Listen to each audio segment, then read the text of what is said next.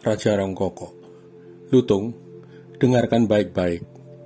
Apakah Lutung mau tinggal di istana? Nanti dibuatkan tempat sendiri yang bagus.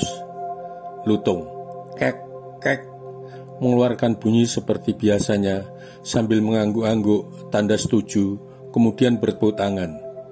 Raja Rongkoko. Nah Gatot, Lutung mengangguk tanda setuju. Ini 10 keping emas sebagai gantimu merawat Lutung. Boy Gatot agak lama tidak mengulurkan tangannya sambil melirik mengamati sesuatu sehingga Raja mengulangi lagi. Raja Rongkoko.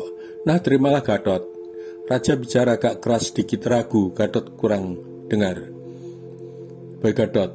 Terima kasih Paduka Raja Rongkoko yang agung sesembahan rakyat bumi Atlantikana.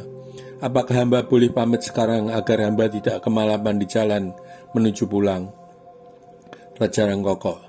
Ya Gatot, boleh pulang. Kalau ada waktu Gatot boleh datang kemari, memberi pelatihan tambahan agar Lutung semakin pandai seperti layaknya manusia saja. Boy Gatot. Terima kasih Paduka Raja. Gatot mohon pamit. Nanti di saat senggang, Gatot tidak berburu akan kami akan datang menengok Lutung agar semakin pintar. Demikian Gatot segera pamit meninggalkan istana. Sesampai di gerbang istana saat keluar, Gatot dipanggil prajurit jaga. Prajurit jaga. Hai pemuda, yang tadi menghadap Raja bersama Lutung, kemari sebentar. Baik Gatot. Ya paman, apa yang bisa aku bantu? Prajurit jaga. Aku dengar dari teman jaga, Andika baru menjual Lutung kepada Raja. Jangan lupa sekeping emas buat kami yang jaga di sini. Kalau tidak ada sekeping emas, jangan harap Andika dapat meninggalkan tempat ini. Boy Gatot. Benar, aku baru menjual Lutung kepada Raja Rongkoko. Ini lihat emas yang aku dapat. Apakah kamu juga ingin mendapatkan bagian? Sambil berkata, Boy Gatot menunjukkan segenggam emas hasil menjual Lutung. Melihat emas di tangan Boy Gatot, langsung saja prajurit jaga mengambil bagian sebagai upeti. Prajurit jaga. Sini, beri kami 1 keping saja. Akan kami bagi rata dengan yang bertugas di sini. Boy Gatot. Nanti dulu paman, jangan tergesa-gesa mengambil kepingan ini. Raja Rongkoko berpesan kepadaku agar memberi pelajaran tambahan kepada Lutung, biar lebih pandai lagi pula kalau ada waktu. Raja ingin melihat jumlah emas yang ada padaku berkurang apa tidak. Prajurit jaga. Kapan Andika datang lagi? Boy Gatot. Ya secepatnya, tetapi harus menunjukkan kepingan emas ini kepada Raja. Aku takut kalau kepingan ini berkurang jumlahnya. Apa yang harus aku katakan? Kalau paman mau beberapa keping, silakan ambil. Biar nanti kalau aku datang lagi ada alasan untuk mengatakan bahwa kepingan emasnya berkurang, paman ambil. Mendengar alasan Boy Gatot, tentu saja prajurit jaga menjadi ragu untuk mengambilnya. Persis apa yang dikatakan temannya bila tertangkap mengutip imbalan kepada rakyat yang datang ke istana akan dihukum penggal leher. Melihat petugas jaga diam sambil gemetar, Boy Gatot segera mengulurkan kepingan emas seraya berkata, ayo paman, segera ambil, berapa keping yang paman mau?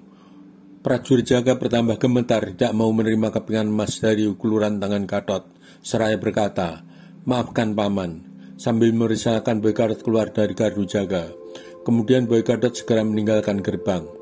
Sesampai di luar gerbang istana, Boy Gatot baru tersenyum puas merasa dapat mengakali prajurit jaga yang sering ia dengar memungut upeti terhadap rakyat miskin yang menghadap ke istana raja. Sambil berjalan diiringi oleh Yos Eko dan Sunaring Sasi agak jauh agar tidak terlihat sebagai kawan dalam perjalanan.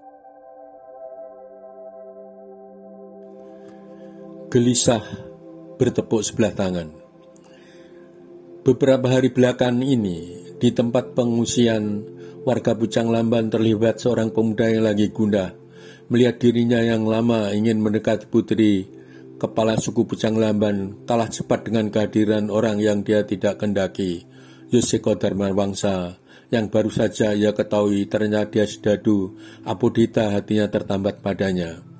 Maka diam-diam Pucang Taruna Pekik meninggalkan barak pengungsian ingin menemui saudara tuanya untuk meminta bantuan membuat perhitungan dengan Yoseko Dharmawangsa. Malam itu juga Pucang Taruno Pekik pergi ke tepi hutan tempat di mana ingin bertemu dengan saudaranya. Dengan berlari cepat tanpa mengenal lelah, Pucang Taruno Pekik lari ke arah matahari terbit agar tepat sampai untuk menceritakan hatinya yang patah kepada saudara tuanya, Pucang Taruno Gede. Pagi hari baru sampai. Ternyata di sana sudah ada saudara mudanya yang sebenarnya saat terjadi peperangan dia cari, namun urung karena Wila Sanggalangi tidak mengadakan perlawanan yang berarti. Kemudian dua saudara yang lama tidak ketemu saling berpelukan. Pucang Taruno Pekik, kiranya Adi sudah di sini juga ya. Syukur kalau begitu, mudah-mudahan saudara tua kita juga datang pagi ini. Pucang Taruno alit, benar Kakang Pekik, Adi ingin bertemu dengan Kakang. Berdua karena lama tidak bertemu. Untuk sementara kulit musang maupun kulit ular jangan dikirim dulu. Kakang karena orang yang mengambil dagangan Adi yang tinggal di wilayah Pucang Laban maupun Kebonggaru belum ada kabar beritanya, sementara hutang kulit belum dibayar. Memang biasanya tidak banyak yang berhutang, tetapi kali ini cukup lumayan. Hanya saja tiba-tiba terjadi peperangan. Pucang Taruno Pekik, baiklah Hadi Alit, Kakang stop dulu pengiriman. Juga Kakang belum terburu lagi karena berkecamuknya perang. Lalu itu semua jadi berantakan akibat perang. Tidak berapa lama saudara tua mereka datang, Pucang Taruno Gede. Selamat bertemu kembali adik-adikku berdua. Adi Alit ada di sini juga. Kakang ingin mencarimu, tetapi kesulitan mencari berita tentang dirimu, Adi Alit. Pucang Taruno Alit, terima kasih atas perhatian Kakang Gede. Yang penting keadaanku selamat. Hehehe. Pucang Taruno Gede, nah sekarang kita telah berkumpul. Apakah ada yang penting dan mendesak yang perlu menjadi perhatian kita semua? Pucang Taruno Gede, ada Kakang, tetapi aku minta maaf dulu kalau masalah tidak berkenan di hati kakak dan adik berdua. Begini Kakang, aku ingin sekali mendekati putri kepala suku Pucang Lamban yang bernama Dyasdadua Bodhita yang kini mengungsi karena kalah perang tempo hari. Ternyata kalah duluan oleh pemuda yang menolongnya saat terluka parah. Aku tidak mampu melakukan. Ternyata Yoseko mampu melakukan dibantu oleh adiknya yang sangat cantik, Diana Sunaringsasi. Begitu Abodita sembuh, ternyata hatinya terculik oleh Yoseko. Dan rasanya sekarang aku bertepuk sebelah tangan. Artinya cintaku tak terbalas Kakang. Untuk itu antarkan aku Kakang untuk menantang Yoseko agar tidak mendekati Abodita lagi. Pucang Taruno Gede, Adi Taruno Pekik, nanti dulu. Sebelum persoalan ini berlarut, tidak karuan ujung pangkalnya. Apakah Abodita menaruh hati kepadamu, Adi? Pucang Taruno Pekik, belum Kakang. Tetapi setidaknya Abodita mengerti kalau aku mendekati. Sepanjang ada walaupun tidak dekat rasanya, Abodita tiap saat aku perhatikan mulai melamun, mengingat kecupan di dahinya saat berpisah dan bertemu lagi nanti dengan Yus. Ini yang tidak aku kendain, Kakang. Pucang Taruno Gede, Adi jangan cemburu menjadikan seorang tidak mampu berpikir wajar. Coba dipikirkan yang bijaksana. Kalau Adi buta karena cemburu, tentu akan berakibat kurang baik.